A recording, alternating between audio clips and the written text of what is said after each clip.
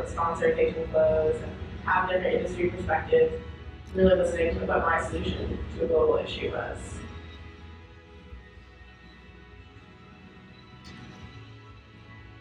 To me, the Challenge 2050 project is important because it does encourage people to pursue what they're doing and scale it up to a global scale. With the corporate partnership, it shows that there is a real world extension of what we're doing here at UF.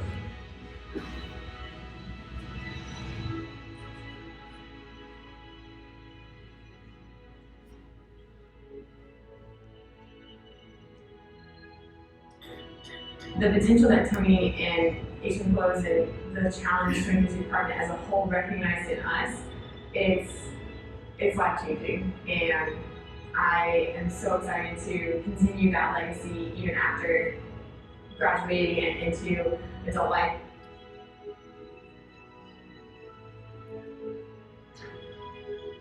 Through the Challenge 2050 project, we have an opportunity to change the world.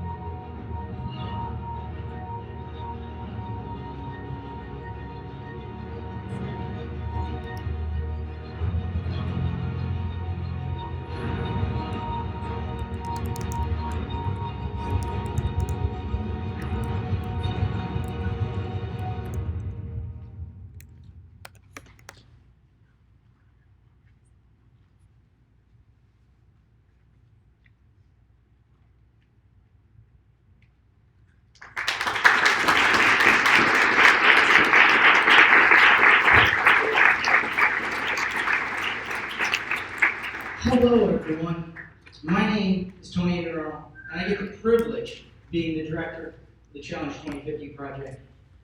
You know, it's interesting, I'm often asked by students, and unfortunately a lot more lately, is everything going to be alright?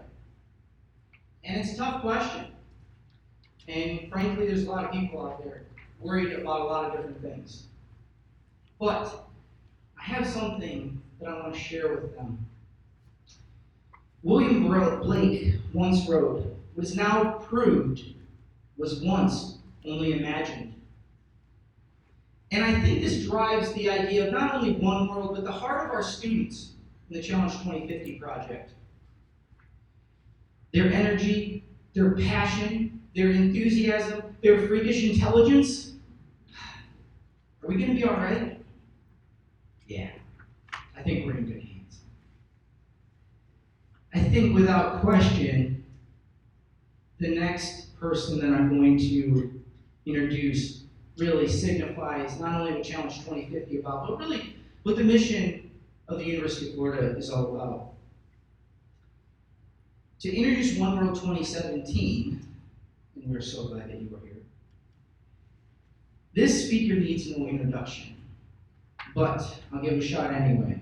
He's the Senior Vice President of the Institute for Agricultural and Life Science, or the Food and Agricultural Sciences, and a tireless advocate not only for good science, but the development of food and nutritional security, not just here in the United States, but far abroad. When I think of him, I'm reminded about a meal I actually ate with him at Bluegill. We were sitting there and we were talking about the resources and how we apply those resources to the Challenge 2050 project. And he said, "You know, Tony, everyone's looking for resources. But one of our greatest resources is our students. That's why we invest in Challenge 2050, because we need them to invest in the world. Without question, his commitment is evident by his presence here tonight and continuous contribution to the program. Friends and distinguished guests, it is my honor to present a champion of the work that we do and an advocate for our students, Dr. Jack Bain.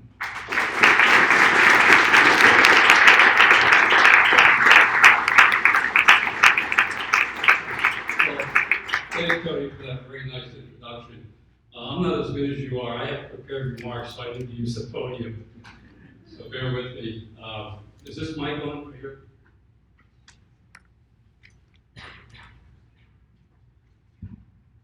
Are we? Is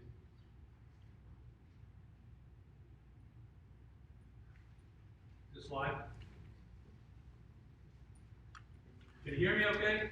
Yeah. Sorry about that. Well, thanks again, Tony. Thanks everybody for being here. It's great for me to see all of ICUS administrations here. Our deans are here, our associate deans are here. We have a number of department heads present tonight. Some of our academic institute for sustainable food systems, which is trying to put into practice what we're talking about tonight, led by Jim Anderson is here. President of the University of Florida Faculty Senate this year, representing our faculty, and the president of our student body this year. So that speaks volumes about how important this program is, how important it is to ICUS, how important it is to the world, how important it is to the University of Florida. And it's an important night for our College of Agriculture and Life Sciences. I want to thank the 6 speakers tonight in advance and offer my congratulations. We should call them the One World Solution 6-pack. I mean, they had a lot of competition to end up as the 6 finalists. But my congratulations to all the honorees who will be announced between the student presentations tonight. I really congratulate all of you for being here tonight, because it really tells us that you're thinking big. And that's really the purpose of ICUS at the University of Florida and higher ed in general. You can't get much bigger than meeting that you gather the resources and train the people to attack this issue.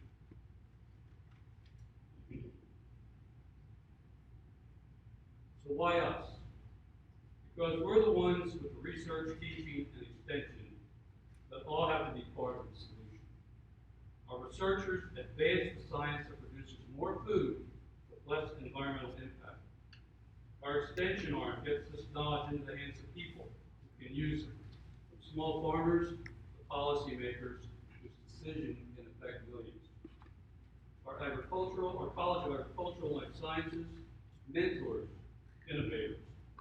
What you'll see here tonight is the product of a teaching style that encourages students to work with solving problems in addition to absorbing a lot of facts. There's never been a more exciting time for Cal students. Because not only is Feed the World Challenge, the grand challenge, more complex than ever, there's a growing recognition that we need everyone's help in the search for solutions. Those solutions aren't all going to come from our National Academy members and our faculty for decades in their career. Great ideas can and will come from our students with fresh perspectives. Together, we'll slowly build a portfolio of knowledge necessary to curb human misery. By some forecasts, we're on the cusp of eradicating global poverty, perhaps unimaginable just a decade or 2 ago. That would create its own set of challenges. Consider the potential surge in demand for meat as hundreds of millions of people rise to the middle class in places like India, China, Brazil. How are we going to meet that challenge sustainably? Maybe that's what's making ag and natural resources cool here at the University of Florida, at Cal, in ICUS. We have a record enrollment this year, 2nd year in a row, of more than 5,800 Cal students. Challenge 2050 is sending undergraduates abroad for internships, putting them through course sequences that prompt them to think deeply about a challenge for years instead of just for the next test. It puts some of you up on the stage for or a TED-style talk that gives you a microphone instead of a manuscript as the way to share your ideas. You can do well while doing all this good. 2 years ago, a USDA funded report estimated that nearly 58,000 jobs a year are opening in our country in occupations involving food, agriculture, renewable natural resources, and environmental topics. Yet our universities, our land-grant universities especially, are producing fewer than 36,000 graduates a year with expertise in the field. Students at faculty alike benefit from our land-grant status that connects them with partners at other universities, government agencies, nonprofits, and industry. Because we're a service organization dedicated to solving stakeholder problems, we have close relationships with all those stakeholders. Tonight is possible because two of those great partners, you saw some in the film, HM Close, and the C. Charles Jackson Foundation, helped to make this happen. HM Close has been a supporter of Challenge 2050 since the beginning, with funding and internship opportunities. People have given their time and talent on campus as well. And tonight we have Dan Daly and Claudia Vermishausen. Thank you.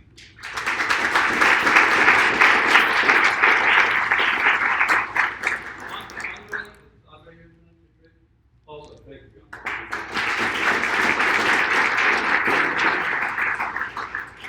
I recently moderated a panel on Cuba at the American Seed Trade Association's annual conference in Orlando 2 weeks ago. And we had 35 of our Challenge 2050 students in attendance. And HF Close paved the way in that meeting. So Dan, Claudia, Andres, thank you again for your support for agriculture's future leaders, for being here today to show that you continue support. Bruce Jackson, Executive Director of the C. Charles Jackson Foundation, unfortunately couldn't be with us tonight. Bruce represents a foundation that builds and advances leadership centers and programs throughout the United States. Thanks to Bruce as well for helping us develop ours. One last shout out for me goes to our Dean, Elaine Turner, Dean of the College of Agricultural and Sciences.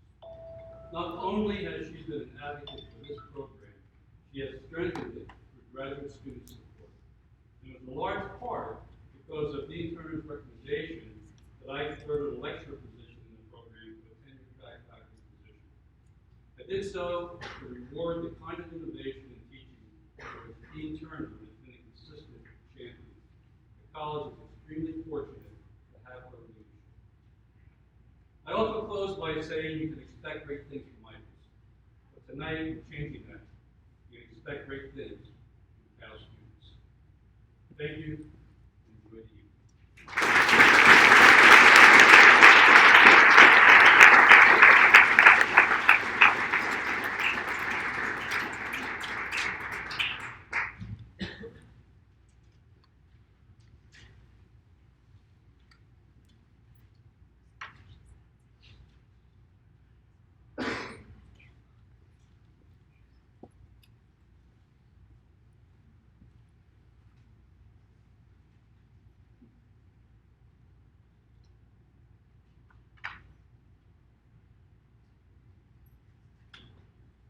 Dr. Payne, thank you so much. Dr. Payne, thank you so much. Really appreciate your words. I know that the rest of the audience echoes my sentiments. We say we can't thank you enough for your contribution to Challenge 2050. Global reach, local touch. It's not just a slogan. They care about the people that they work with. And while global reach, local touch is who they are, their purpose and why they do what they do is much more rooted in relationships.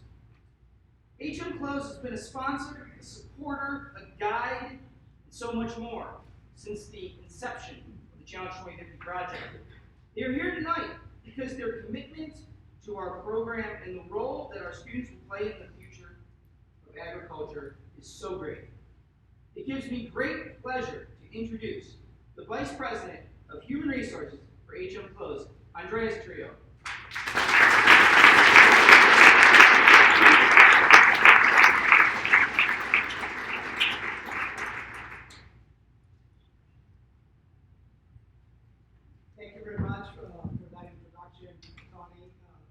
Andres Trillo. I'm the head of HR for Agent Flows. I'm originally from Chile, as you might pick up from my accent here. So I moved here maybe 15 years ago, and I began my journey in agriculture, working for a different company in a similar industry.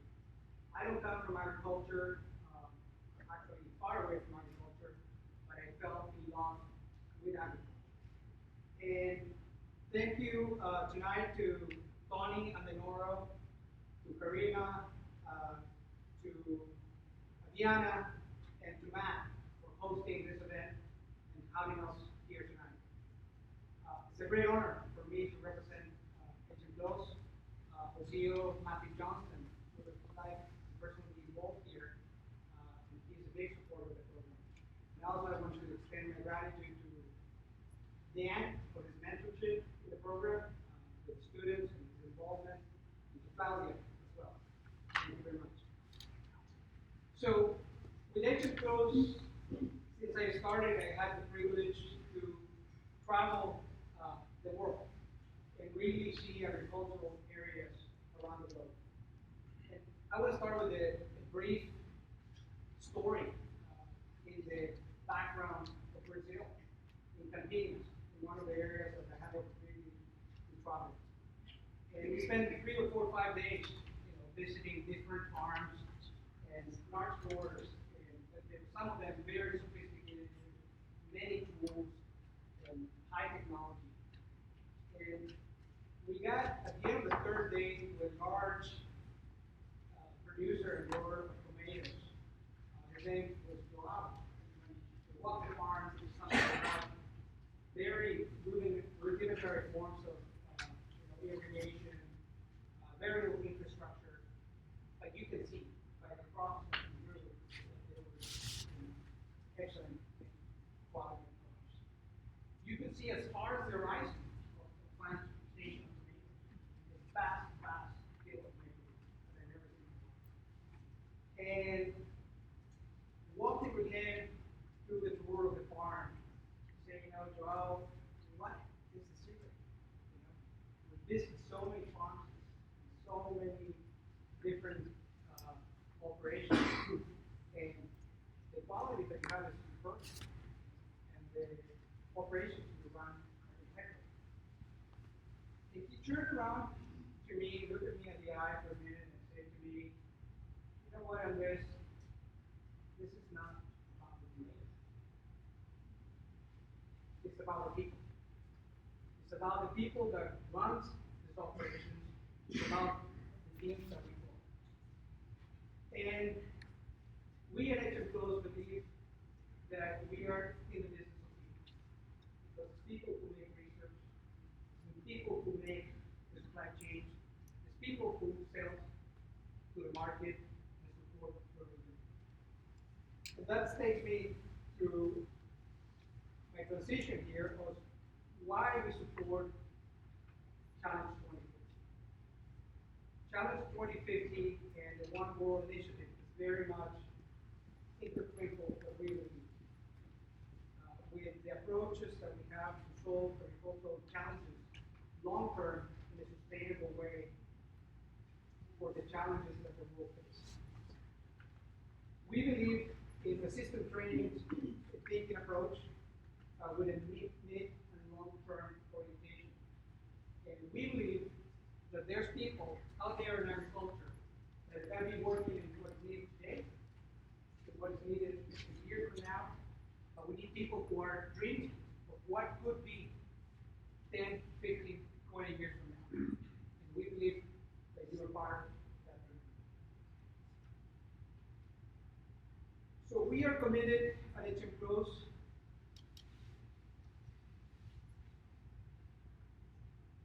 to provide innovative solutions to farmers and growers. We believe in improving the solutions and contribute with innovative solutions to the agriculture and the value-added chain of tomorrow. We do that with a lot of passion for what we do.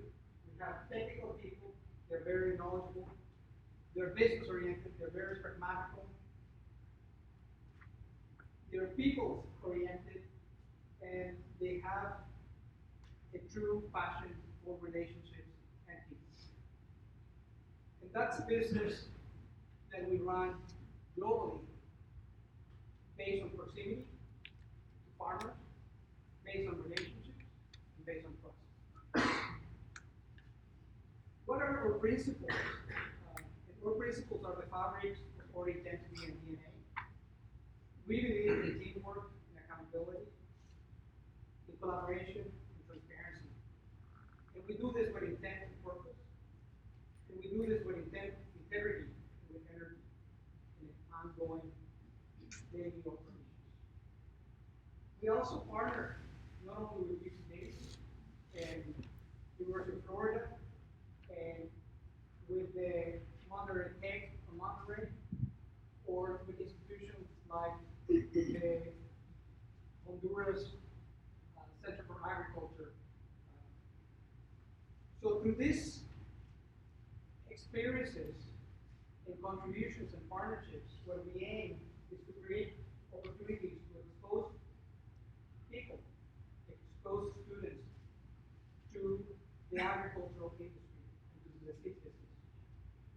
We do this through international exchanges with VIEs, offering international exposure all over the world. We do this within the US or in every country in which we operate, in Brazil, in Mexico, in Chile, and in many countries. Here are some of the stats of last year. But ultimately, what we care is about you. It's about each one of you who are here today in the audience as students, participants of the program, coming from majors in economics, in sustainability, in leadership, education, in communications, in agricultural operations, in finance, in horticulture. We're coming together with a systematic system approach to solve the challenges of the future. Who have dreams, have hopes, to build a tomorrow and what that could be.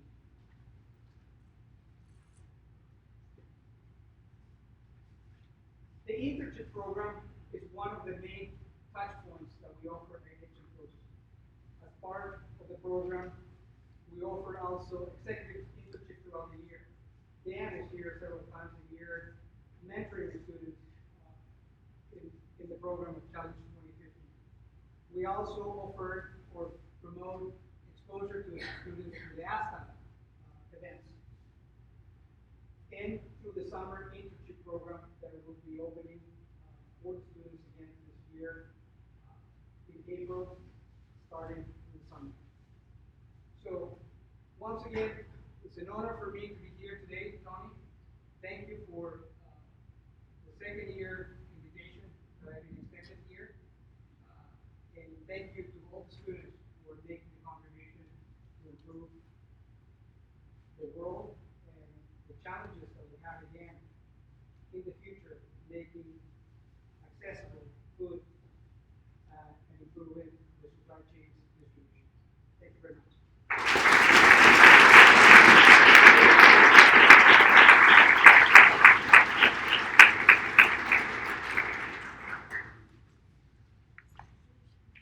Andreas, thank you so much. It's interesting because at the beginning, when we started working with HM+, the guiding philosophy was that we didn't want sponsors, we wanted partners.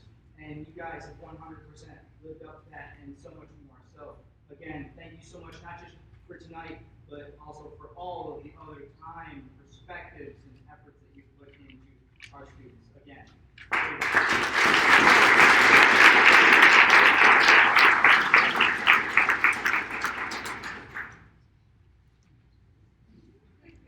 The Solution 6 are a talented group. Their innovations were chosen from over 80 submissions.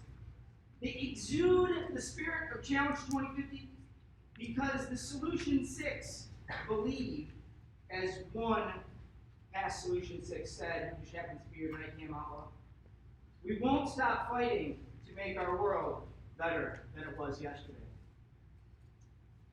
I'm so excited to bring our first presenter to the stage. She's worked so hard. She's passionate about public health and can light up a room with her smile. Please put your hands together for Rebecca Schwartz, everyone.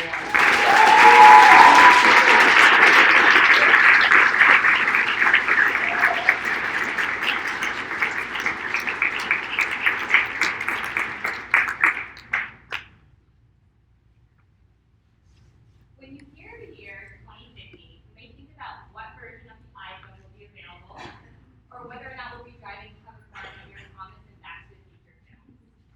But as a self-proclaimed public health enthusiast, I automatically think about what major global health issues we'll be facing in 33 years. These issues are more than mortality rates or spread of illness, but include shortage of healthcare providers and lack of access to health services in disadvantaged communities.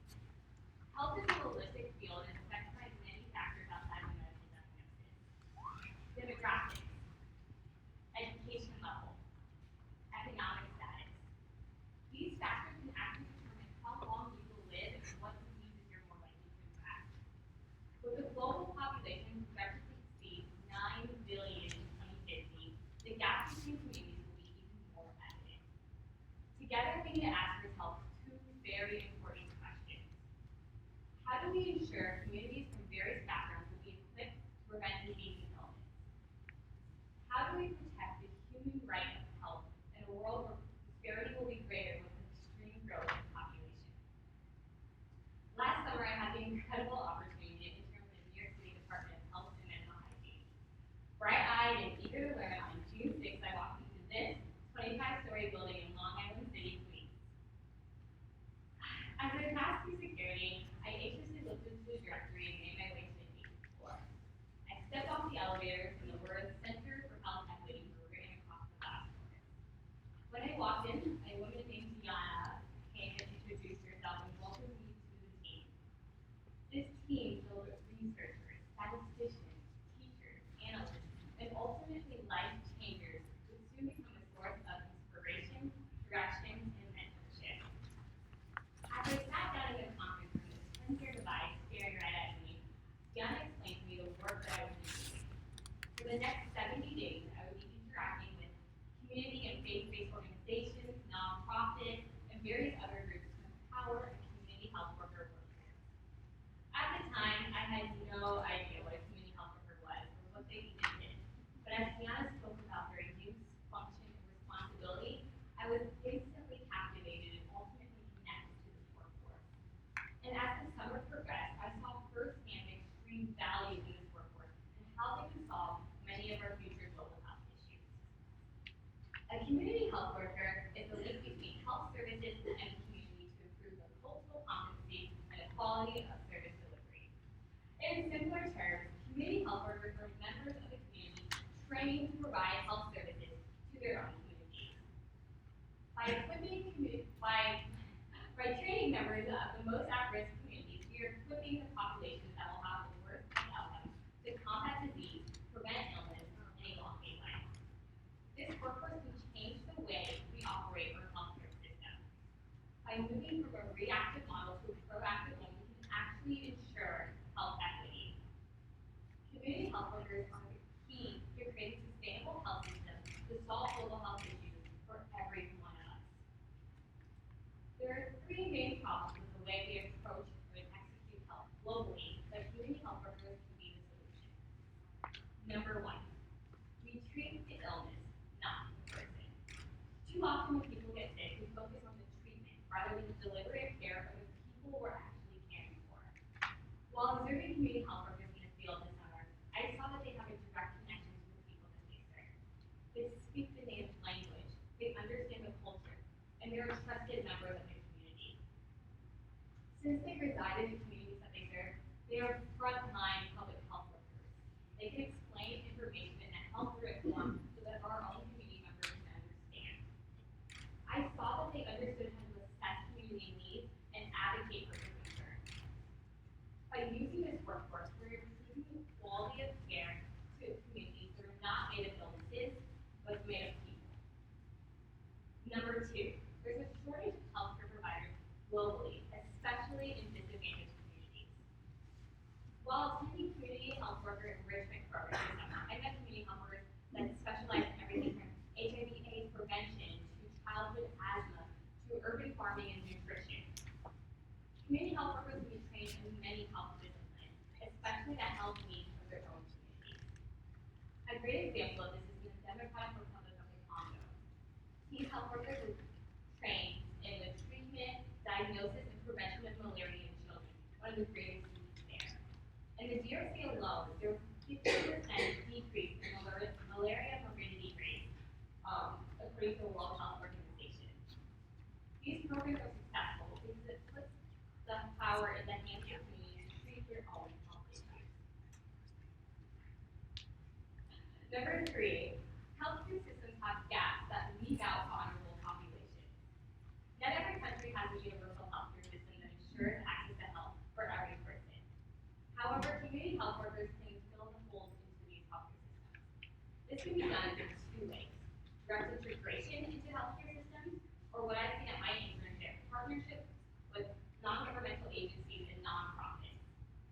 An example of direct integration can be found in Brazil, where the government funded a community health worker program under their family health department. These community health workers can provide the same preventative measures and basic health education to the people.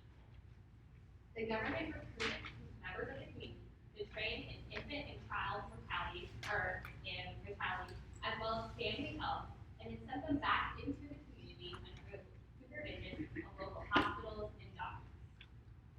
Over a 5-year span, there was a 32% decrease in infant mortality rate. This is the definition of sustainability. However, not every country is set up to do so and have direct integration. We can actually partner with NGOs and nonprofits to fill this gap, which is essentially what I was doing at my internship. At the New York City Department of Health and Mental Hygiene, we reached out to local organizations and various other groups to invite them to a government-sponsored training. The thought process behind this training was to provide support to people who are conducting health services to vulnerable populations. By partnering with this workforce, we ensure that the communities that may have been overlooked or do not have access to us are getting the care that they need. Community health workers are not a new concept within public health. However, they are a highly underutilized asset in our healthcare delivery. This is a call to action. We need to train our next generation of health professionals to include this incredible workforce. This workforce is the key to shrinking the gap between rich and poor, advantage and disadvantage with regards to health outcomes. By nurturing, supporting, and advocating for this workforce, we ensure that every community has the tools, resources, and education they need in 2050. In the year 2050, we may all have our own iPhone 20s or be flying around in covered cars. But first, let's ensure everyone has access to health, regardless of one's background, economic status, education level. Let's be the ones to ensure that every community is equipped with a workforce that will assess and address their needs and provide them with the health services that they deserve. One of my favorite quotes is, "For he who has health has hope, and for he who has hope has everything." Let's be the ones in the global population to ensure that every person in a world of 9 billion has the human right of health and has the hope to live the life they dream. Thank you.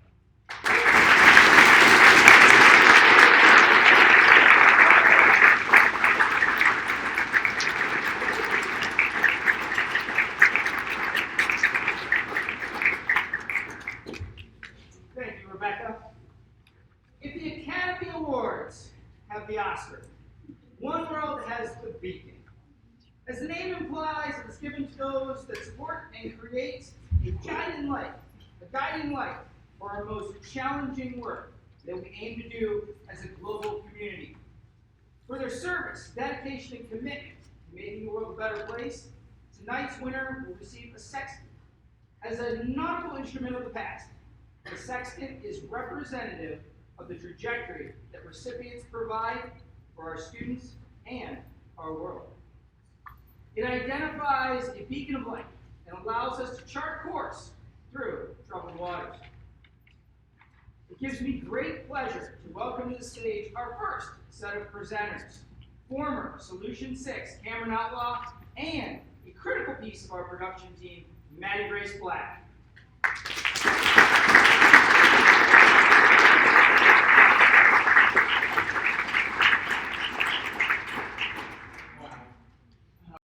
It is Maddie Grace to be here with all of our friends. It's just wonderful, am I right? Cam, I could not agree more. And don't they fabulous? Wow, I would say fabulous and inspiring. Oh, Wow, that's wow. So we are so excited. We have the honor to present the International Development Award to someone who identifies opportunities to create stronger connections to sustainable practice within and without.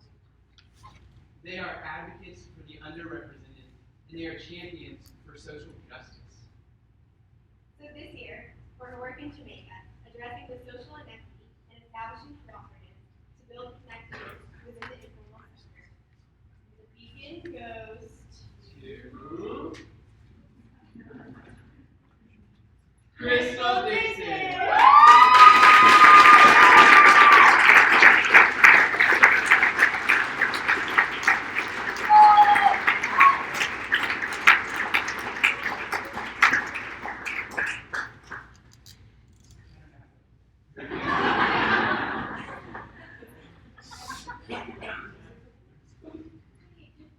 Everybody, this is like a complete surprise to me.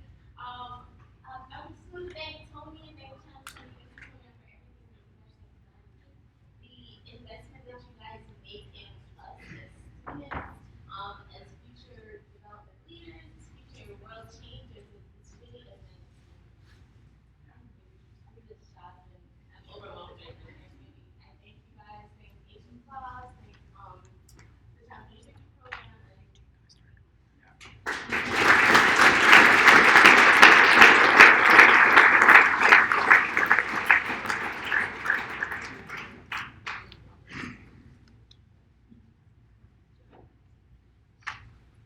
Before introducing our next Solution 6 presenter, I'd like to pause and recognize our sponsors, because really none of this is possible without them.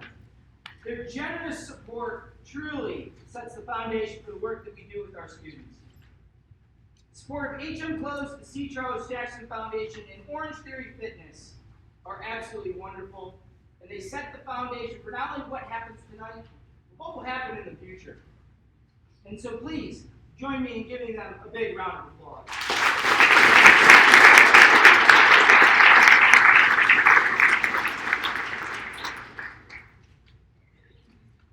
Passion streams from our next presenter's pores.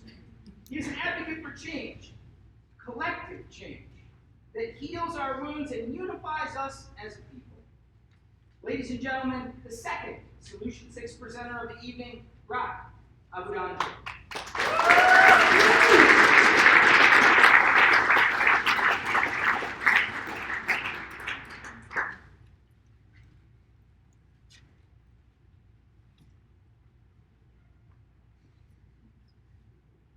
In November 2016, I was offered an amazing chance to attend the United Nations Climate Change Conference in Marrakesh, Morocco. Amongst all the delegates, representatives, and presenters at this amazing event was a fellow student like me, Mohammed. He was a grad student, traveler, artist, and we began discussing the amazing event we were present for. It being November 3rd, he and I inevitably started discussing the election in America and its projected consequences upon the entire world. While deep in discussion, I found myself aware of many young people who had stopped by to listen to our conversation, and they looked puzzled at Mohammed. I couldn't comprehend why young people our own age were listening so intently.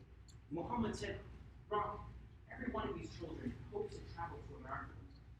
They all want the best education. They want to live in freedom. Your election is denying them this chance. They know regardless of who wins your election, it won't be good for their chance of coming to your country. As any reason why they would want to travel to America, why not?" As I looked into the eyes of these children, I then began to see the truth to Muhammad's statement.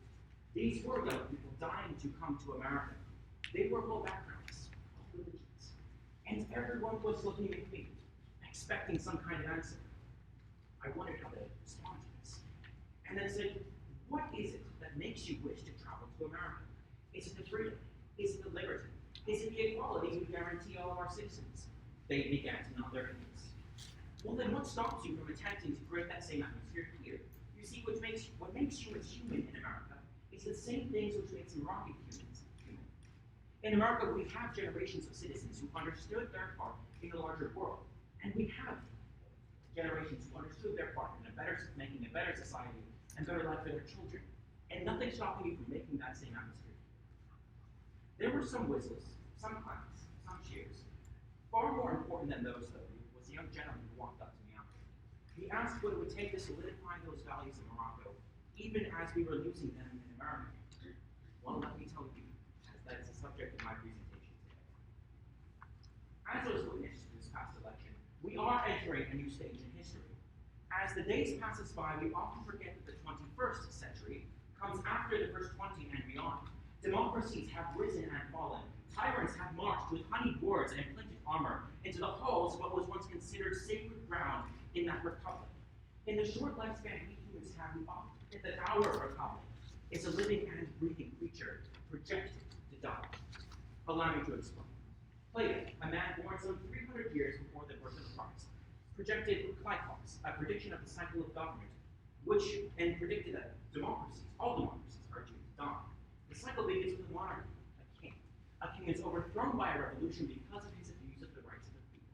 The people establish a republic to safeguard their rights, which inevitably falls into an oligarchy when special interests take over elections and create a power below it. These oligarchs are able to hold on to power by restricting education to the people or by taking advantage of the apathy of the people. Ultimately, because of the abuse of power by the elite, a dictator is able to promise the people shelter from those elite by granting him supreme power, thus completing the cycle. Many strong men throughout history, Napoleon, Hitler, and Caesar included, gained power over their republics through fulfilling this Klytos cycle.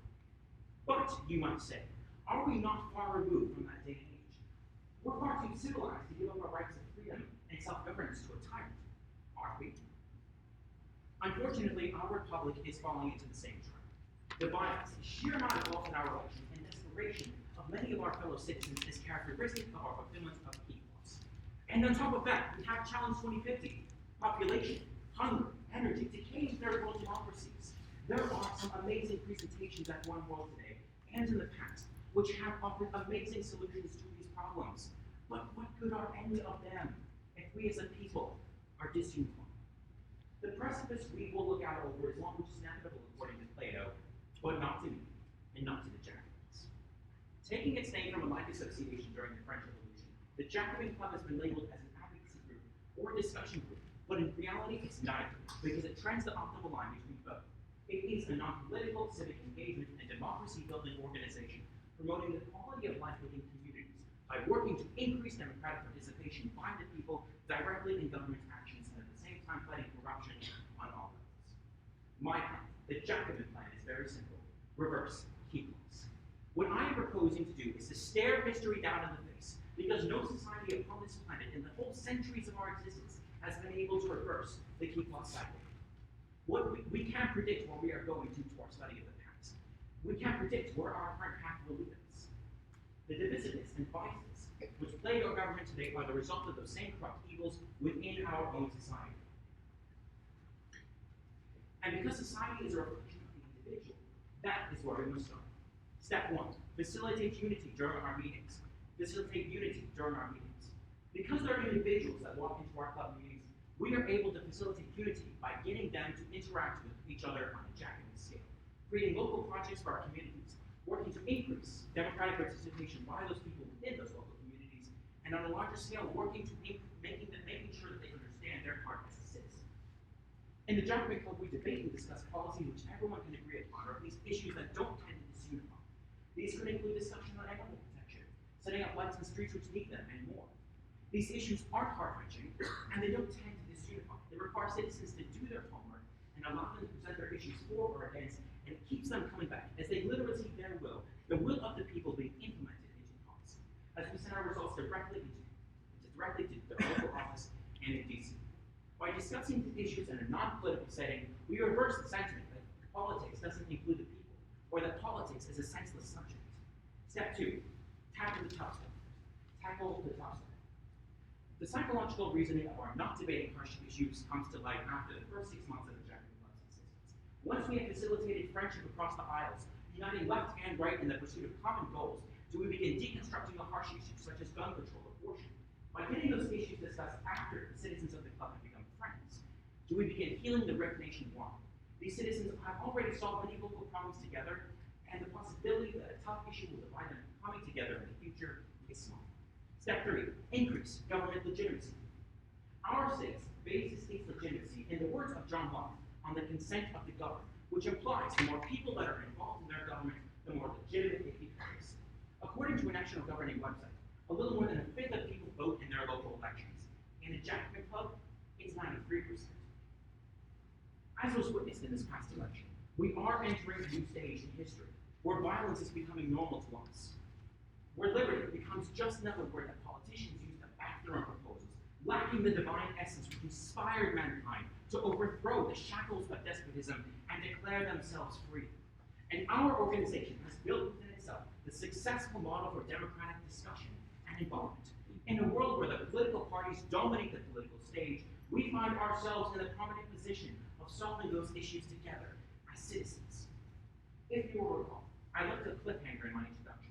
The young Moroccan gentleman who had approached me to ask how he might create the same values that we have in America in Morocco.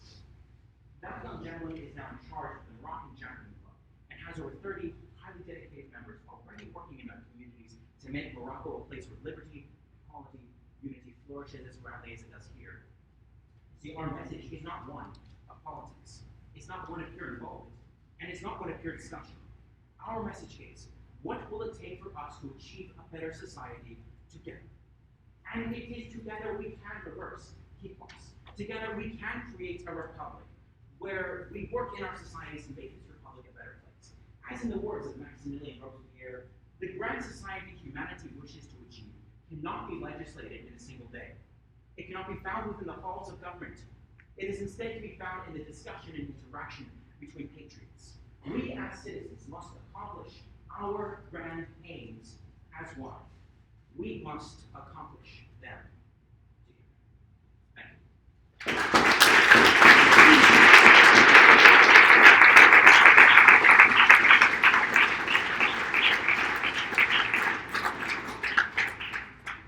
And now, presenting the Social Advancement Award. Professor.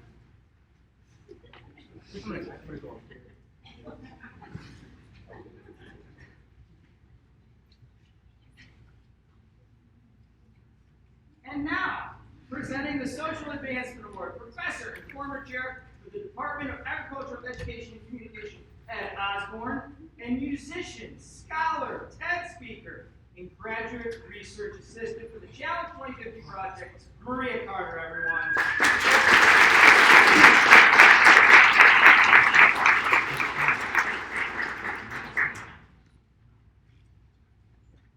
I've been working with the Challenge 2050 project for the last 3 years, and I have to say I'm incredibly excited to be presenting this award. I completely agree, Maria. This Social Advancement Award is all about advancing social change in our world. We're presenting this award tonight to someone who is very dear to my heart, whose commitment and capacity are frankly immense and unyielding, whose perspective and passion create an unstoppable force for the most vulnerable people in our population. The award this year goes to someone who's really special to both of us for tireless and intriguing and groundbreaking research and innovative practice and bringing about community connections for refugee populations all over the world has been really inspiring. So, The award tonight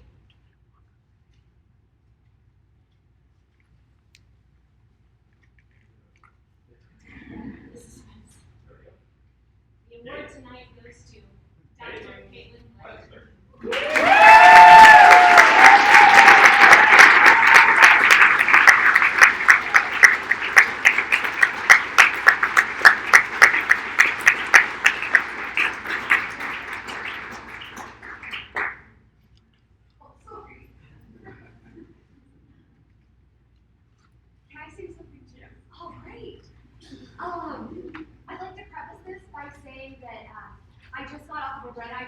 Washington about 3 hours ago. So,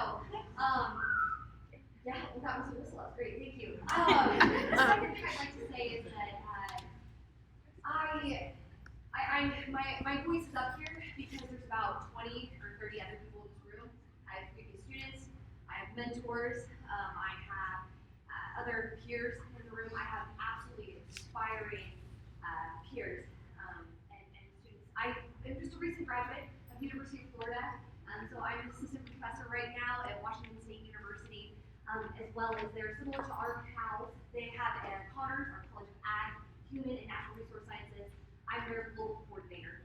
So for me, I'm really excited about this because it gives me one last spotlight in University of Florida and one last kind of soapbox to stand on and give kind of a final plug, I guess. For me, Tony, your question that you get from students all the time, I get that too at Washington State. It's not just a University of Florida thing, but are we going to be okay? And Tony's a much more optimistic than I am. I'm more of a kind of civil activist, a little bit more so, and wrestle with these questions because I think my answer to that would be maybe. I think my answer to that maybe is a lot dependent on the role of the university, especially here in the United States. My research here at the University of Florida was working with refugee and immigrant communities throughout the state. I was working with Burmese, Somali, Congolese, and Iraqi refugees. And you can imagine what that was like over the last 3 years, and what it's even more like now. And the reason why I say maybe is because I think a lot of that depends on the university's ability to be able to actually stand up and have a stronger voice. There's a lot of people in this room that have a lot of privilege and a lot of power. There's a lot of people in this front row that have a lot of privilege and a lot of power, and I think with that comes the responsibility. With the research that I did for my dissertation work, I presented it to our cooperative extension services. I am currently working with people in DC for Refugee Council USA and the Bureau of Population, Refugee, and Migration. I met one-on-one with over dozens of community members, church pastors, and nonprofit agents, not because that was the role of my dissertation and I wouldn't graduate accordingly, but that is the role of the university. It is the role of the university and those with power and privilege to be able to truly take that research and to implement it back into the community. I think it's events like this that allow us to do that. And not to do it because it puts another ding on our tenure process, not to do it because it silos us even more so. But that, to me, is the role of the university, is to bring that knowledge and that wisdom and that recommendations back to the people and not to keep it for ourselves. So with that, I am incredibly grateful, but I also say maybe. I get phone calls all the time from community members, from Pastor Bihani, who's in Tampa, and he told me about some of the problems that his Burmese communities and his Muslim communities are facing here in the state of Florida. And you know, the question to me is, and I'm over in Washington State, the question to me is, what is University of Florida going to do? What are they going to do for our communities? How are they going to help? And so for me, I hope that things like this provide us with a better answer than maybe.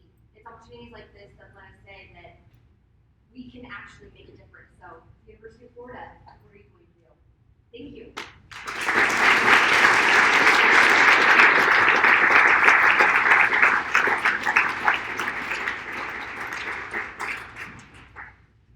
Our next presenter loves agriculture. She's passionate about life and contributing to the future of our planet through sustainable practice. Please join me in welcoming Kayla Waldrop, everyone.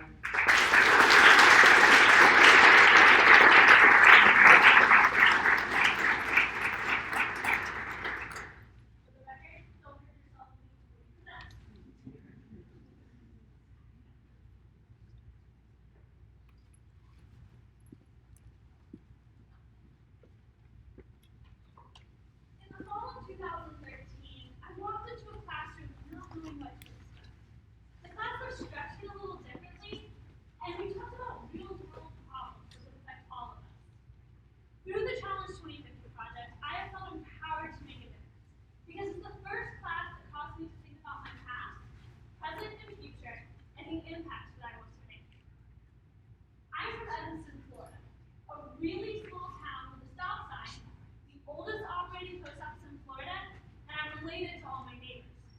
trust me, you can't get away with anything. But I'm so proud of where I come from. And every time I go home, I remember how beautiful it is there. Picture this. I can look out my window in my bedroom and see a field full of my family's house. And in the back of that view, there's a tree line of palm and oak trees. Then, if the lake is high enough, I can see portions of orange lakes through those trees. I'm not one to regularly get up early, but I have to say, this, combined with the sunrise, is $1 million view. I'll be 56 in 2050. Now that makes me feel old. No offense to anyone who's really 56 years old. But now I'm 22 and in grad school, and I'm teaching freshmen to seniors when the freshmen were in undergrad, were in middle school when I was in undergrad. Oh my goodness. Or, shoot, that's the one. Excuse me. My family lives on 3 acres, and in the back of the property, we've always had a garden. You know, growing tomatoes and corn and those type crops in the summer, and spinach and carrots and those type crops in the winter. My brother and I always grew these different fruits and vegetables as kids, and I realized what a fantastic skill that was to learn when now I want to pursue a career in agriculture. I will be 56 in 2050. No offense to anyone currently in this room. But I realized that in 50, we will move.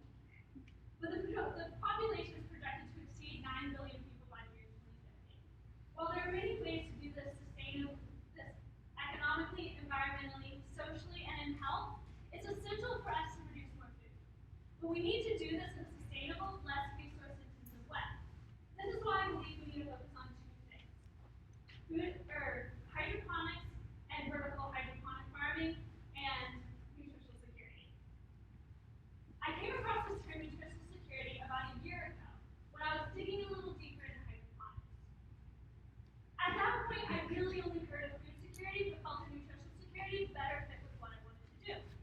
Nutritional security is not just people's access to food, but nutritional food. And it involves yield, educational awareness, access to transportation, and the cost of food. While looking into all these different components, I wanted to find a way to put them all together and feed the world. I want to make my impact. I want to support my children and my children's children. I believe that hydroponics is a powerful option for feeding a growing population in a world that's running out of space. I base my innovation off of the United Nations Sustainable Development Goal number 2, zero hunger. And this is important to me because food is where it all begins. Everybody's got to eat, and understanding the impact of what you eat and where your food comes from is so important for growth in society. So I found hydroponics while going down the Pinterest rabbit hole on the internet. I'm sure a lot of you know what that's like. Here you are, innocently searching for new ways to redecorate your room with food. There it is. 32 crazy things that you need in your dream house. And among the swinging beds, slides, and turning your pool into a theater, there was this thing called a living wall. And I wanted to figure out how it worked, and what were the other ways it could be used. Hydroponics is a way to grow plants without soil, using an aerated, nutrient-rich solution to help plants grow. Hydroponics is a closed-loop system that uses less water, fertilizers, and pesticides. All of these different components contributed together for my innovation of a vertically integrated hydroponic system in partnership with local supermarkets such as Publix, Lucky's, or Trader Joe's. My innovation, or my model, would allow for year-round fruit and vegetable production on top of the supermarket building. Nothing says convenience or fresh like having your food cooked by you. Our culture is shifting to care more about things like locally grown and food miles, and this space where someone's tomato has exactly 0 food miles. For my innovation, greenhouses would be placed on top of the supermarket building for optimal access with the reservoir tanks on the ground. Vertical farming would allow for more production per square foot, and sustainable practices such as rainwater collection and solar panels would make less of an impact on our resources. My innovation is unique because it partners with supermarkets, which then connects the consumer to fresh produce from supermarket brands we already know and trust. This is important because over the last 50 years,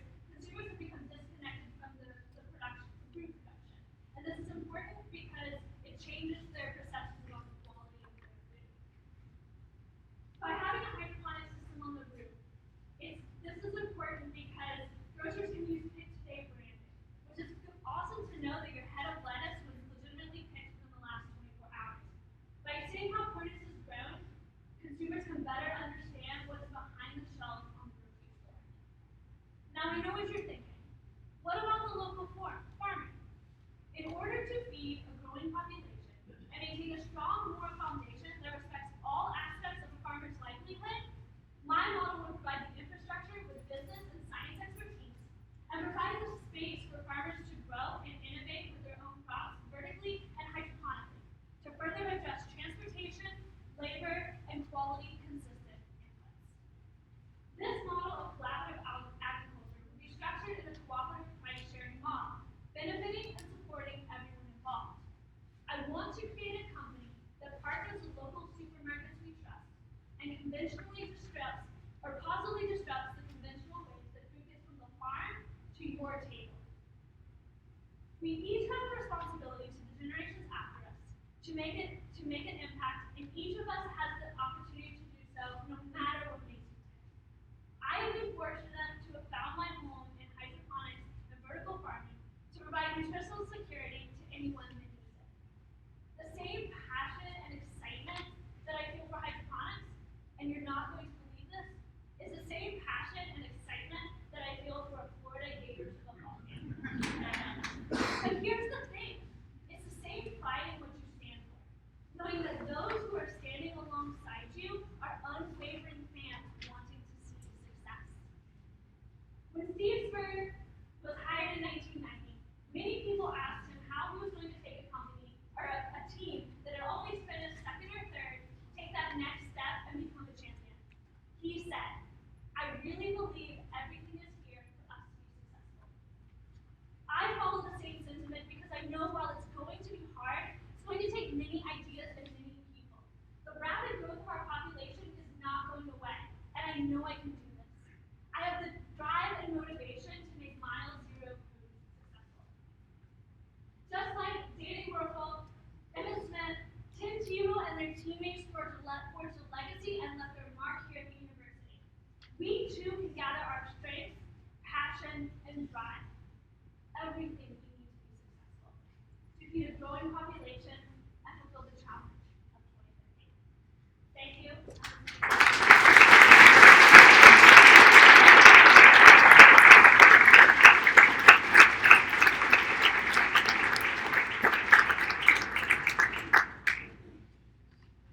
Now presenting the Outstanding Leader Award. One World 2017 Art Curator Grace Cope and Challenge 2050 Project Scholars and past HM Close intern Kyle Freeman.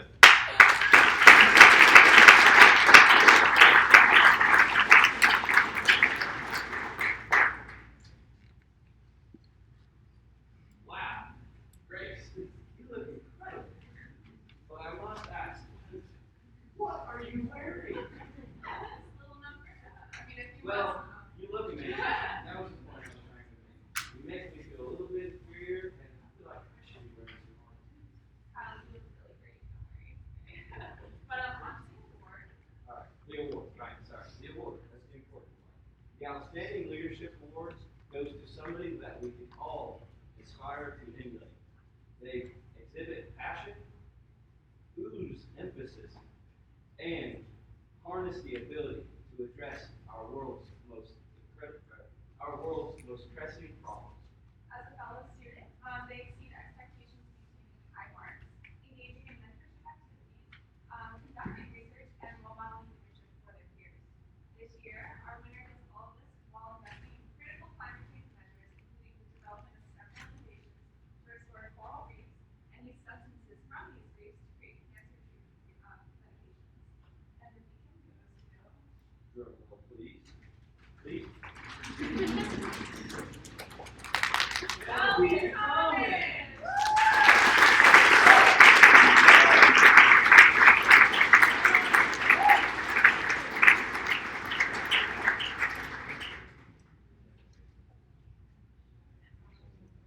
Oh wow, so no one told us this is a surprise, and really I just want to say thank you to everyone that supported us in the University of Florida. Challenge 2050 has really made a huge impact in my life, and it really lets us have a voice.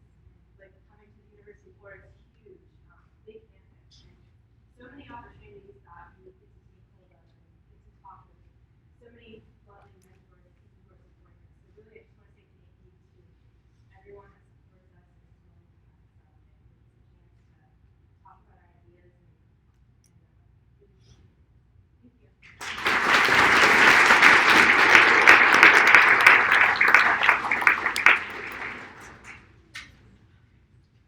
I've known this student for quite a while, and his passion for his culture is only surpassed by his desire to help people through his innovative entrepreneurial practices.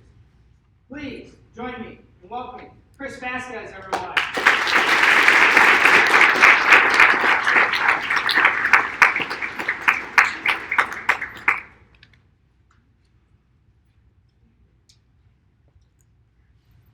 Culture. Everything that I am and do is fully encompassed by this one word, culture. Raised by Cuban American parents, I was brought up in the traditional Cuban culture, and Cubano is who I am. It's in the way I speak, in the foods I eat, the music I listen to, and in my deep commitment to family. But it wasn't until last year that I realized the true significance and my passion for my heritage would have in my life going forward. This realization came after I was elected to serve as president and chairman of Inspire Cuba, a nonprofit organization seeking to enhance U.S.-Cuba relations through collaborative projects with private entities on the island. We had just received a grant from Project for Peace and the Davis Foundation that would fund a project called Maraluta Charcoal, which involved donating agricultural equipment to a cooperative in Cito de la Novoa. So last summer, I actually had the opportunity to travel with my team to Cuba and meet with members of this cooperative. We discussed how the donations of the equipment would aid in their work of clearing what was once usable farmland from an invasive plant species known as, called sicklebush, known locally as maraluta. Sorry, something slow this down. Known locally as maraluta.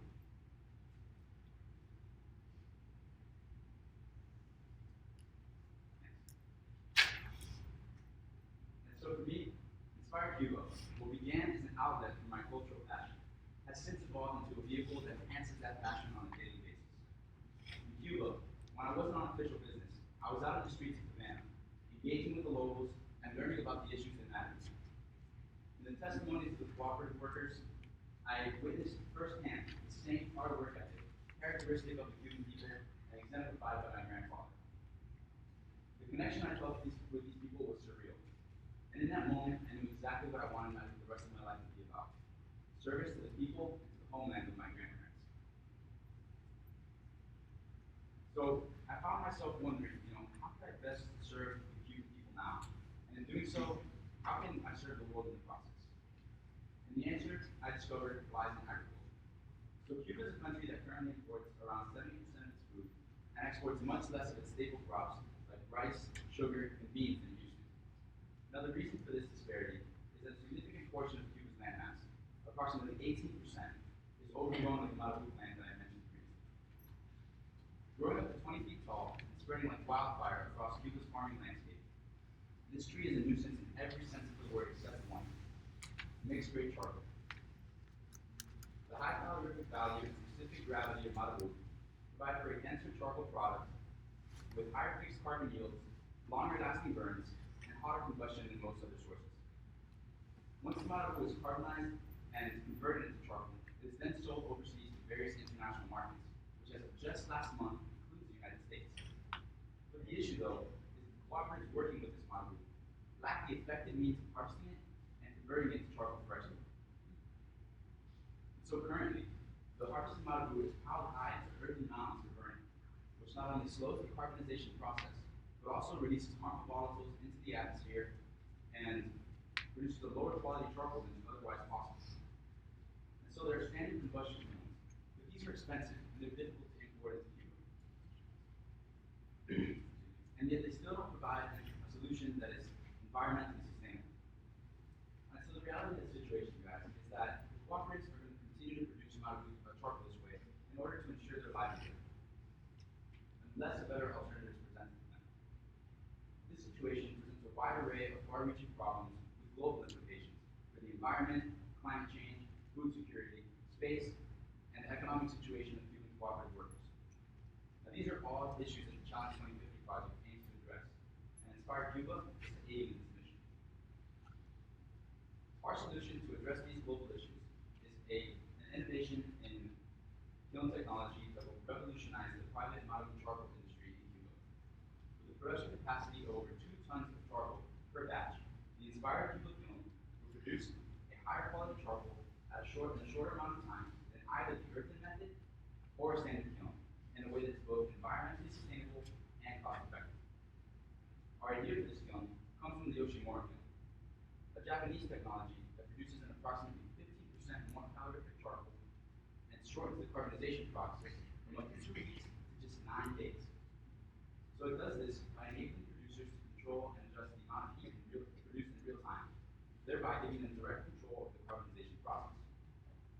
Currently, a European nonprofit called the Gears Association is training members of a community in Cambodia to hand build these kilns using local raw materials.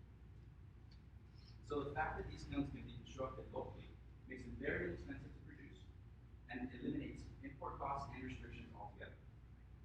And although the Yoshimura is an existing technology, there's been zero discussion of implementing it in Cuba.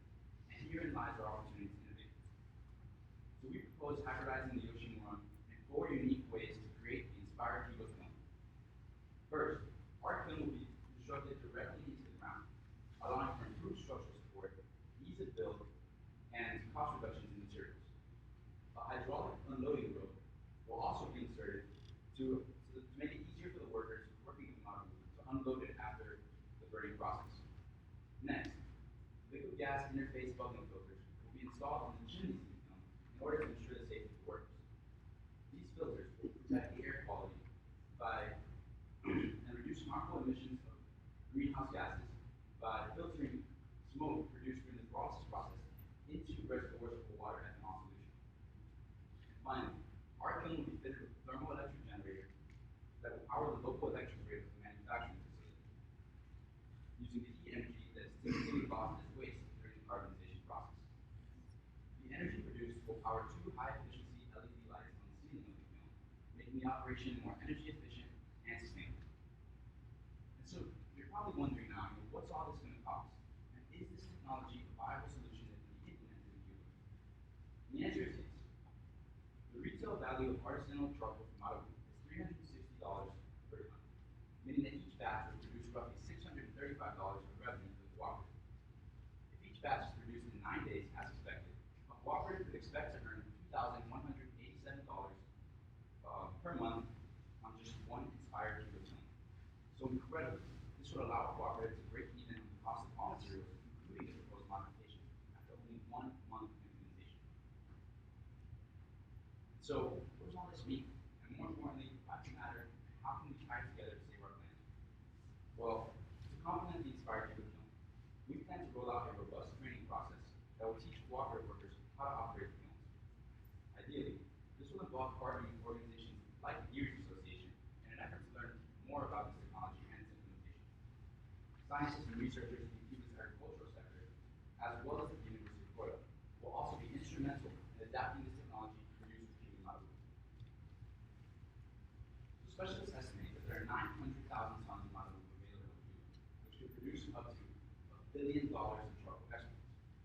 This revenue can be reinvested into the project in order to subsidize the manufacturing of more kilns. Additionally, cooperatives can also invest the revenue in up-to-date machinery for harvesting the model in order to keep it from reestablishing itself on restored farmland. Caribbean-based model, this restored farmland can help Cuba increase its exports across the neighboring markets, thereby helping to alleviate both local and global food insecurity.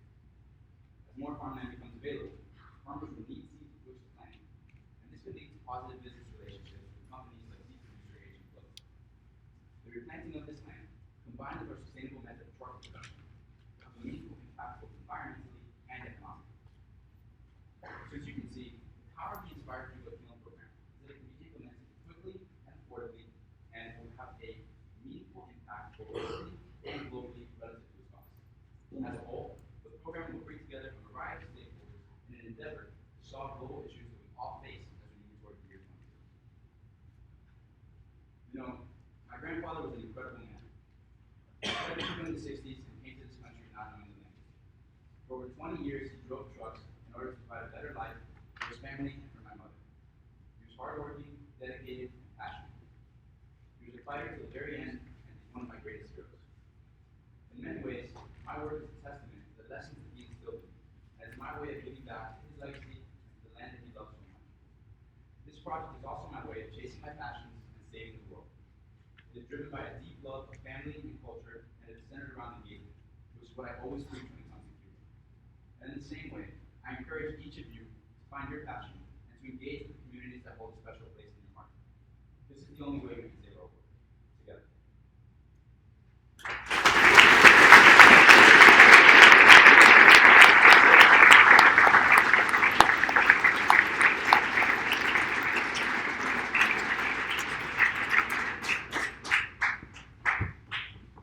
Now presenting the Distinguished Advocate Award, College of Agricultural and Life Sciences Ambassador and Research Assistant, Adriana Della Porta, and Leadership Trainer for the National FFA Organization, Jake White, everyone. Right,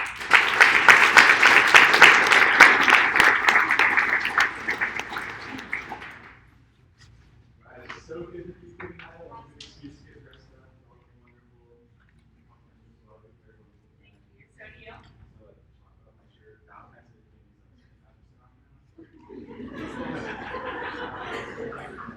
So in our time as students at the University of Florida, there are community members, faculty, and administration that support us every step of the way.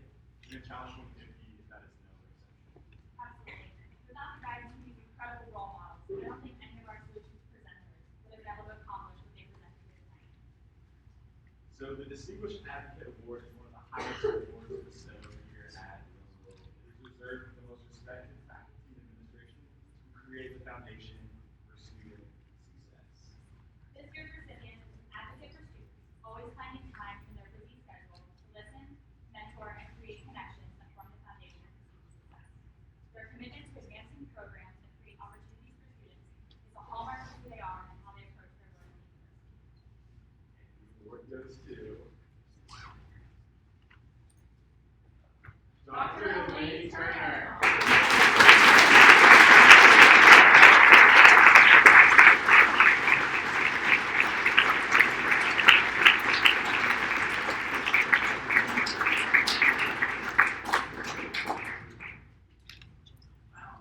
I've never had a sextant. This is really exciting.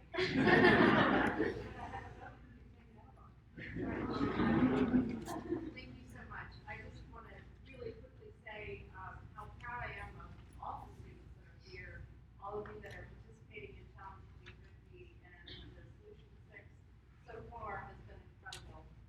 I'm just really thrilled to have the opportunity to work with faculty like Tony and with students like all of you. So congratulations to all of you. Thank you so much for this. It was a big support.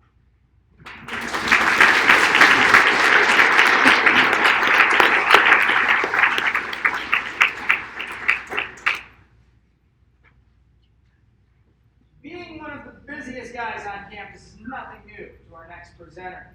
Along with his research and student involvement with the Cicerones, he finds time to serve as the overall director of Dance Marathon. Please join me in welcoming Drew Carlton, everyone.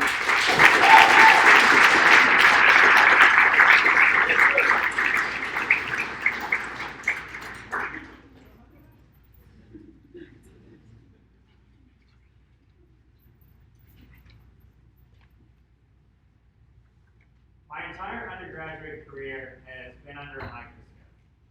For years, I've spent time trying to understand the complex biological processes that dictate cellular science.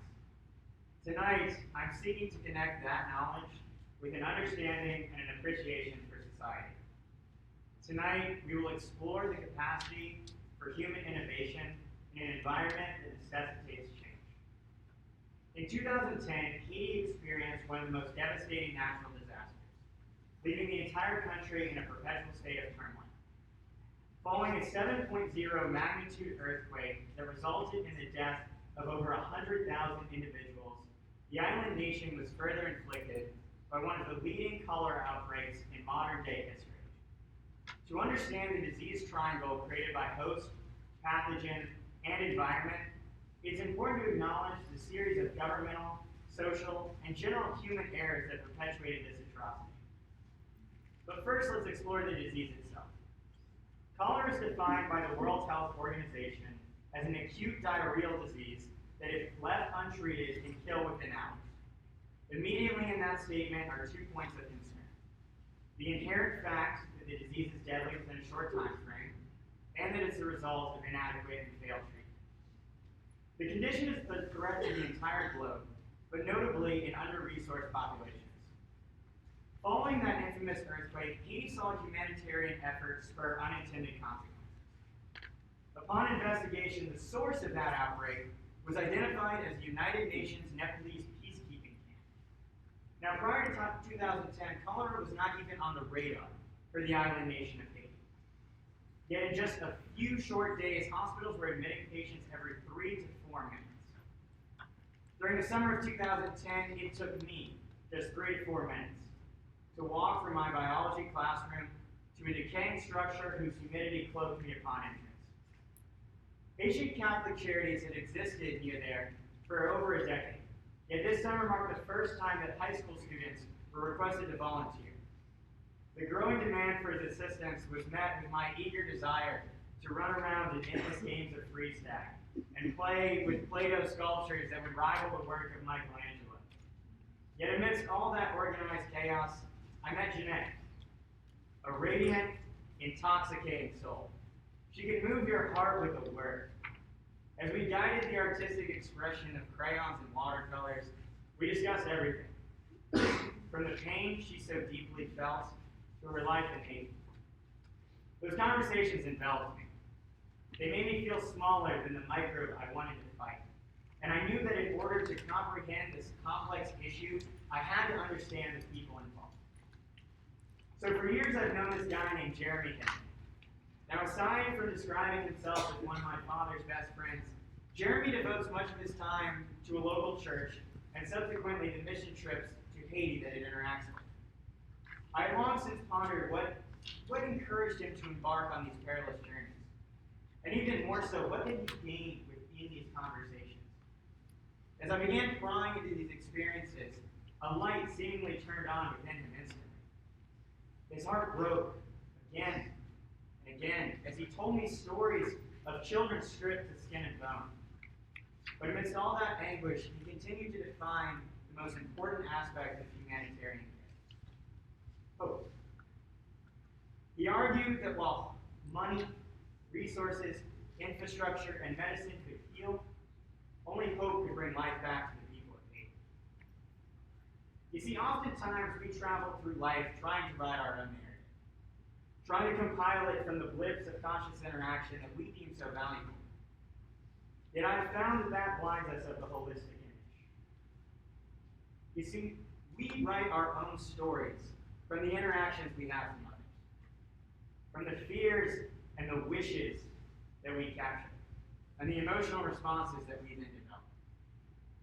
All of these interactions prompted me to write my own narrative, a narrative of the island of Haiti. As the winds and rains of Hurricane Matthew began to ravage the country, as cholera once again began to run rampant through the water supply, my narrative opened a new chapter. But I understood that in order to address this complex problem, we had to stop looking through the lens of temporary growth and understanding the need for permanent restructuring. The island nation of Haiti demands change. But in order to enact that change, it must be developed regionally by government officials that the public trust. The Haitian government operates unitarily, having the entire constitutional government being able to direct any type of action directly upon an individual. In order to enact change, we must develop relationships with the people that the public trust.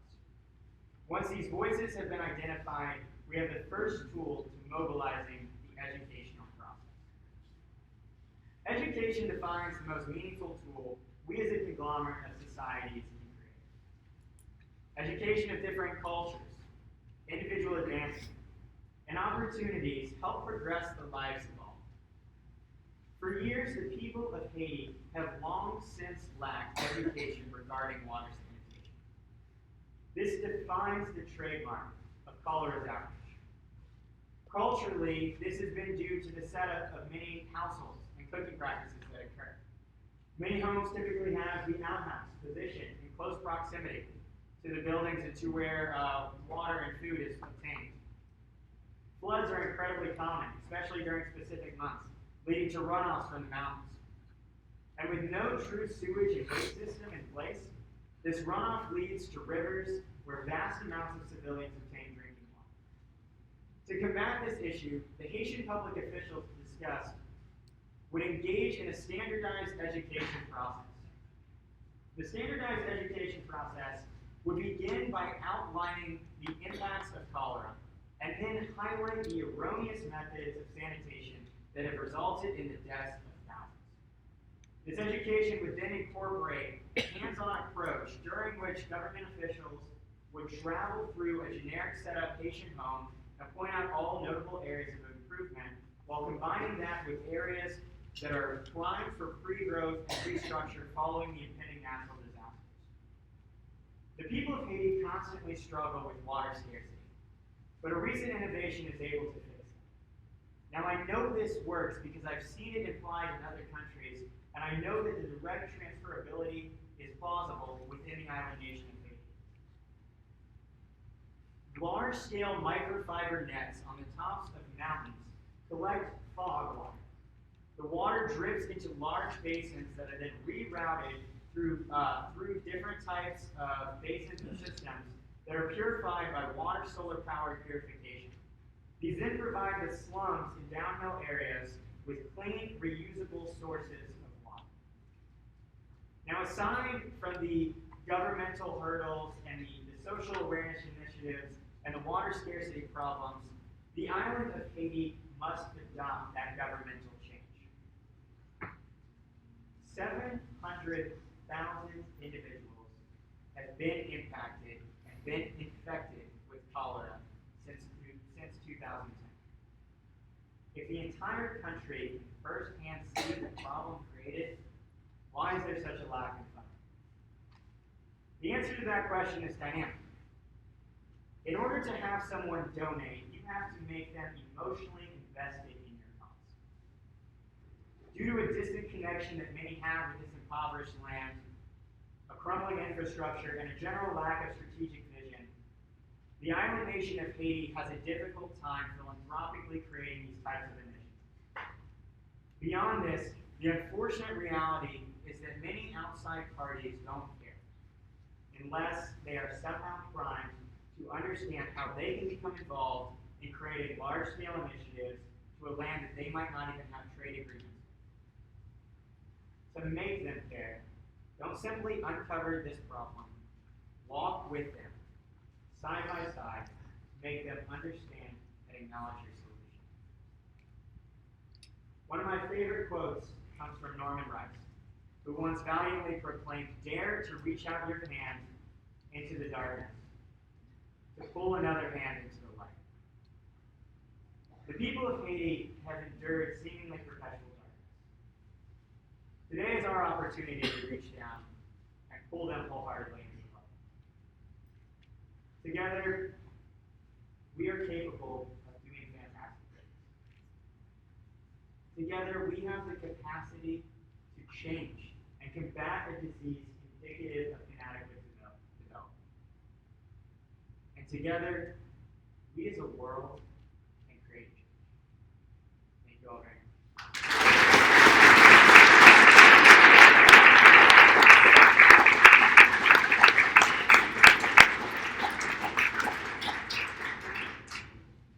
Now presenting the Champion Award, One World Executive Producer Karina McBride, and the Challenge 2050 Program Associates Aviana Lopez and Ryan Schuster, everybody.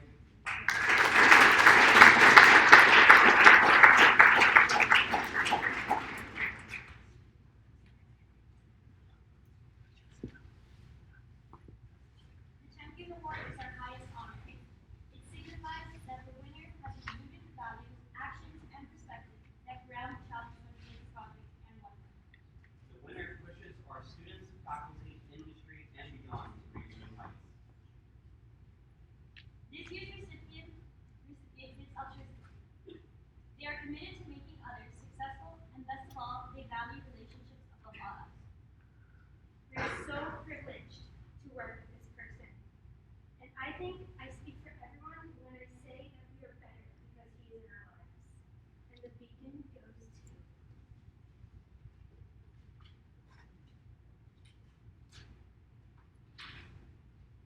Mr. Dan Bailey.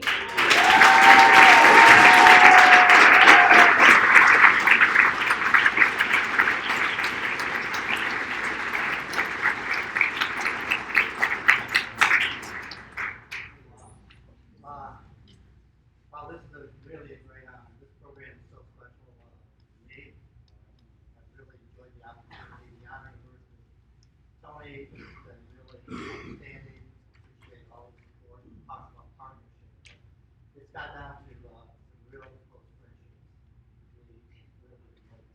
I'm also very honored to work with companies like Asian Close, who really is committing themselves to support the vision and really help develop future leaders for the industry.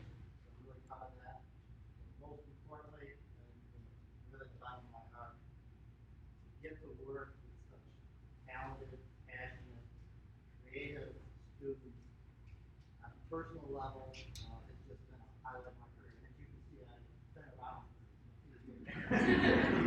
Yeah, this has been really a great opportunity, and thank you so much for this career.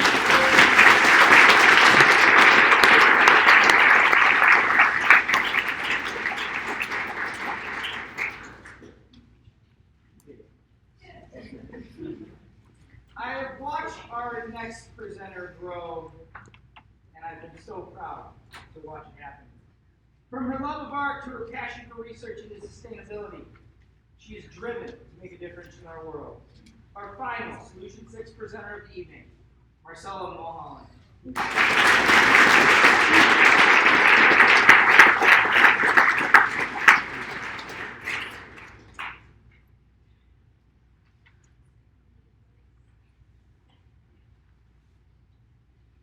was my senior year of high school. I was 17 years old, and from the outside looking in, it seemed like I had it all. I had friends, I did well in school, I had supportive parents, and I had plans to attend university the following fall. But inside, I was breaking. The stress of college applications and academic pressure to do well in school, all the while trying to maintain a social life, on top of dealing with the classic existential teen angst that provokes challenging questions about who you are and who you want to be, was proving to be too much. I was plagued by perpetual patterns of overthinking, and it felt like there was a cloud of anxiety drifting over me during most of my waking moments. And at first, I brushed off this inner turmoil as a simple fact of life. After all, I would look around me at school and see kids that had even more on their plates and were still managing to excel. And it didn't help that my high school had an academic culture that romanticized overexhaustion and placed students' value and worth on their SAT scores and college admissions. But then the day came when I could ignore the stress no longer. And what I now understand was a cry for help from my physiological subconscious. I had a panic attack in the middle of class. And while no one thing specifically prompted this episode, it tipped me over the edge and changed everything.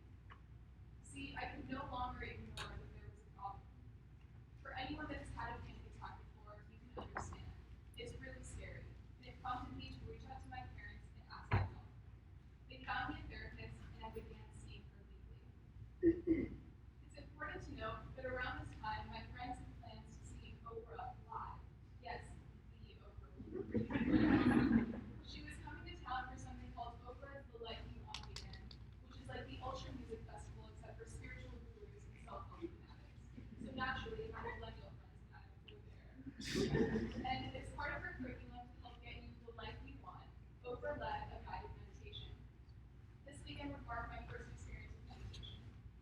So the first time I ever meditated was in a very intimate encounter between me, Oprah, and 3,000 other people. Now, to make a long story short, from that weekend, which was over 2 years ago, until now, I have maintained a semi-regular meditation practice. And with the help of a supportive community, my therapist, and my mindfulness and meditation practice, I have fully recovered from my crisis point. Though this story might end here, if it wasn't for the fact that in the process of my mental health breaking down, I discovered that my heart had been broken open. In the past 2 years, I have frequently found myself in the position of having both friends and strangers alike open up to me about their struggles with mental health. Be it a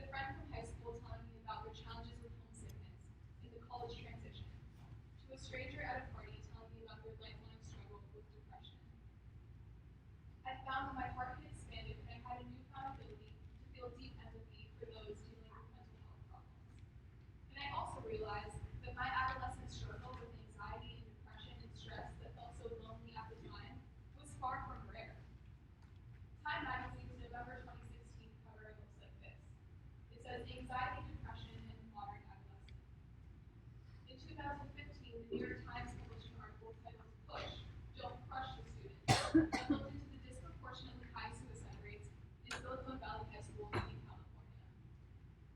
And in their 2014 spring report, the American College Health Association reported that 30% of college students had felt so depressed at some point in the past year that they found it quote-unquote difficult to function. The World Health Organization calls stress the health epidemic of the 21st century for the developed world. And for those business and finance-oriented folks in the audience, you might be interested in knowing that the World Health Organization also estimates that stress costs American businesses up to $300 billion per year due to a disengaged workforce. So what do these statistics show us? They indicate a failure on a systemic level of our education and social systems to provide our students with the resources and tools necessary to deal with life as a whole, not just the academic part. And these students are growing up to join what Brene Brown calls the most in-debt, medicated, obese adult cohort in American history. Now, the multifaceted nature of the problem I have just depicted may seem overwhelming at first, but I have good news. Due to my personal experience with adolescent mental health, I was forced to engage with the problem and find a solution. Meditation in schools.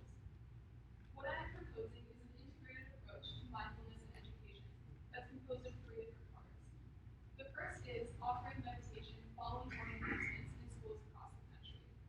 This will create the time for students, faculty, and staff at a school to settle down, practice a skill that will help them with mental health, all the while creating community. The second component is to incorporate meditation into the disciplinary process of schools. And thirdly, meditation will be offered prior to exams. This is because, as a student, I can tell you that exam season is one of the most high-stress, anxiety-ridden times in a student's life. Now, I know what you're thinking, meditation is just a hippie thing. But before you block me out, I'd like to present the scientific backings of the meditation practice. The American Journal of Psychiatry published a study which followed 20 people with anxiety disorders that were participating in a 3-month mindfulness course. And they found that meditation and mindfulness significantly reduced symptoms of anxiety and panic. Doctors at Johns Hopkins published a study which found that meditation rivaled antidepressants in helping ease symptoms of depression. And doctors at Harvard Medical School published a magazine article on preliminary findings that showed that meditation increased the density of the hippocampus, which is the region of the brain that's associated with compassion, self-awareness, and memory. So it increased in density in subjects who had a meditation practice. And the amygdala, which is the part of the brain associated with fear and stress, actually decreased in density for those with a meditation practice. Now, this scientific evidence is backed up by schools across the country that have already implemented similar meditation programs.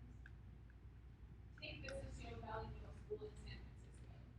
They have a program called Quiet Time, which consists of 2 15-minute blocks, one in the morning and one in the afternoon, in which the school settles down, and offers students the time to meditate.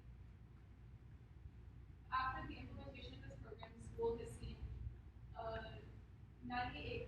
daily attendance rate is up to 98%. There's been a 45% decrease in suspension rates, and overall GPA has increased by 0.5%. Take Robert W. Pullman Elementary. Last year, this elementary school took the bold and innovative decision to replace detention with meditation. They created something called the Mindful Moment Room, which created a space for students who were being disruptive or getting in trouble in class to go into this room and speak with a staff member and engage in breathing exercises. After the creation of this room and the implementation of this program, the school saw a dramatic decrease in suspension rates and an increase in daily attendance rates. Now, when thinking about all of these statistics and examples, I'm reminded of a quote by Frederick Douglass, in which he says, "It is easier to build strong children than to repair broken men." That is why the innovation I'm proposing seeks to impact our students when they are young and their hearts and minds are most malleable. By offering meditation programs in high schools and middle schools across the country, we will afford our next generation of leaders with an invaluable resource in helping them deal with stress and anxiety, parts of life that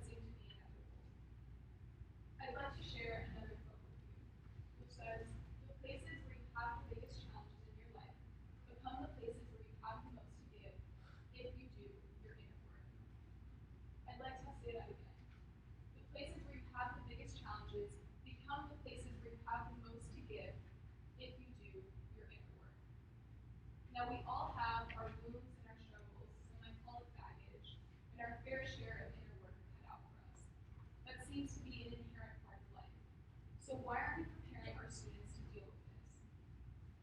My hope with this innovation is that by exposing more kids to meditation, the tool that has been proven scientifically by my own personal experience and by the experiences of schools across the country to help students deal with stress and anxiety, my hope is that by exposing them to this tool, they will find the strength with the support of our education system to find peace and fulfillment within themselves so they can then get on with the hard and worthy work of giving to the world.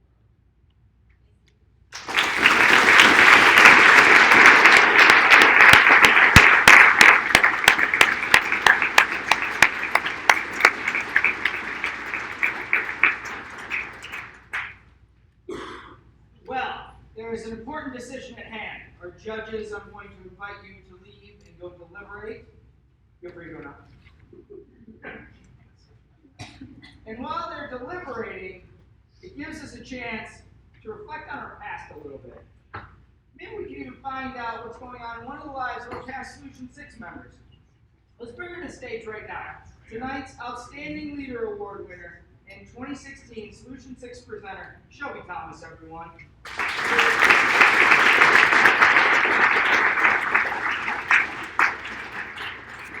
Congratulations on your award. Okay, so Shelby, last year you presented a satellite that reversed climate change by removing harmful greenhouse gases from our atmosphere. Are you still working on climate change research?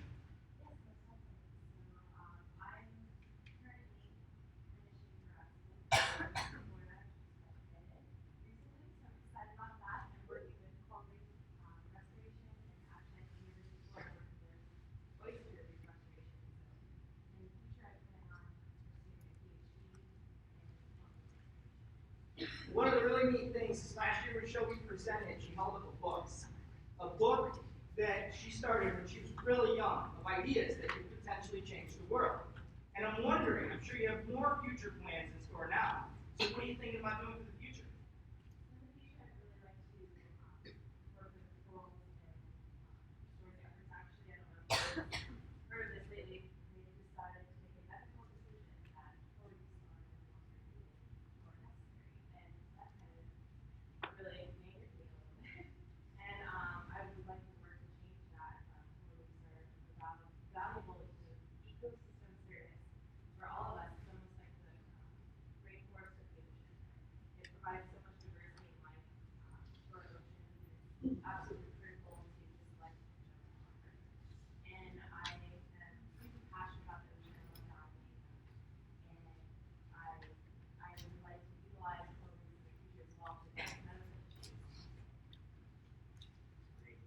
You know, one of the things I think is really neat is that you presented last year's skill to provide some type of advice to students in the audience who are considering submitting next year or considering embarking upon a huge journey into maybe an innovation or something like that.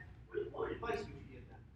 My advice would definitely be to speak up. So a lot of my ideas that I think about, I don't really actually share them because they're not good enough or I'm not able to do it myself. So that's one thing that I really value about this program is it allows you to have a voice, even though, like my satellite, like last year, I'm no astrophysicist. I don't know how to build anything. I'm not an engineer. But I did have this idea that would allow me to connect with other people that could actually do it. And so even though I'm not equipped to do these things, somebody else can. And this is really like the vital foundation of trying to make these connections and allowing other people to voice their opinions and ideas. So just my advice would be to speak up and no idea is stupid, no idea is not worthy. Anything can be built on.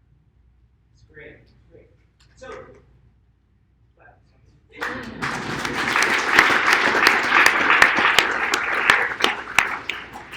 one final question for you, and then we'll see how our judges are doing. So last year after One World, you got an invitation to go up to Washington, D.C. and present at a big conference that CNN and a variety of other groups put on. Tell me about Planet Forward and how that has empowered you to maybe do other things in the future. So Planet Forward was an amazing opportunity, and I got to connect with a lot of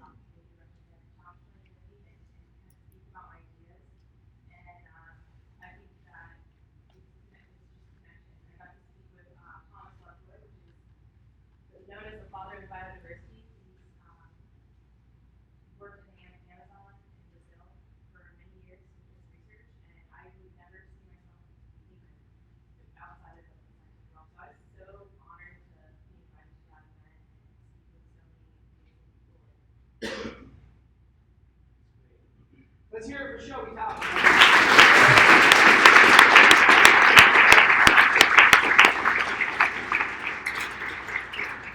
The judges are working so hard back there. One of the things I think is really interesting is each of our Solution 6 got up and told a narrative tonight. A narrative about their innovations. And frankly, we need to share those narratives more effectively. As I look at the international landscape, our problems are not going to address themselves. And so I invite you to collaborate. I invite you to share the narratives that you join together with others. So you can create those solutions that can help us sustain beyond 2050. Judges, how are you? Tell me about it.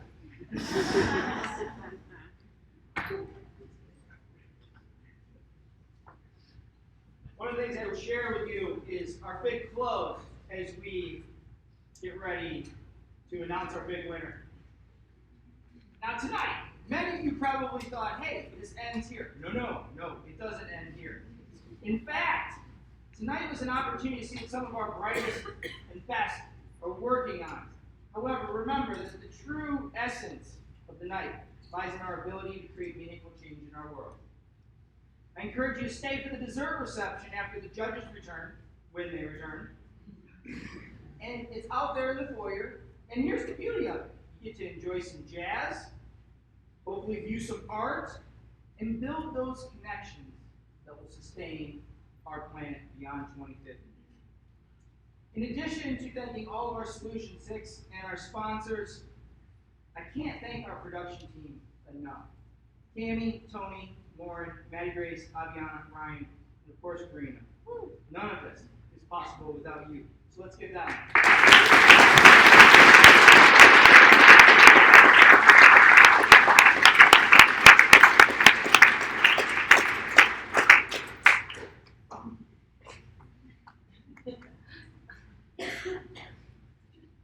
So let me tell you a story about my child, Tony.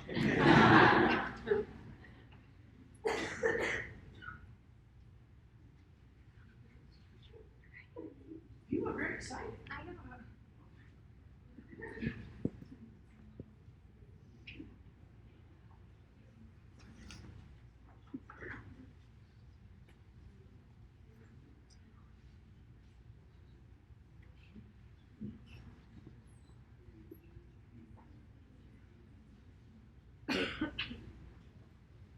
You know, the funny part about this does happen every year. The judges struggle with this decision. Frankly, it's part of the recognized.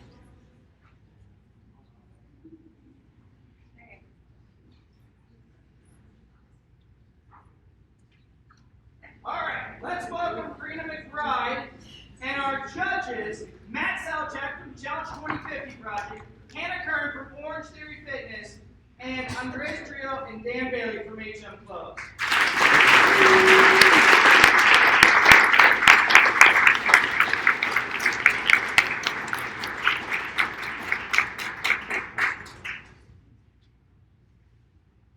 It's very stressful, like having you guys not read the names. Thank you so much for everyone for coming and for listening to our students. We're so proud of them, and we're proud of what they do every day in the university and in their social lives. So, One World 2017 would like to honor this person and award them a grand prize of $1,500 for furthering their idea to promote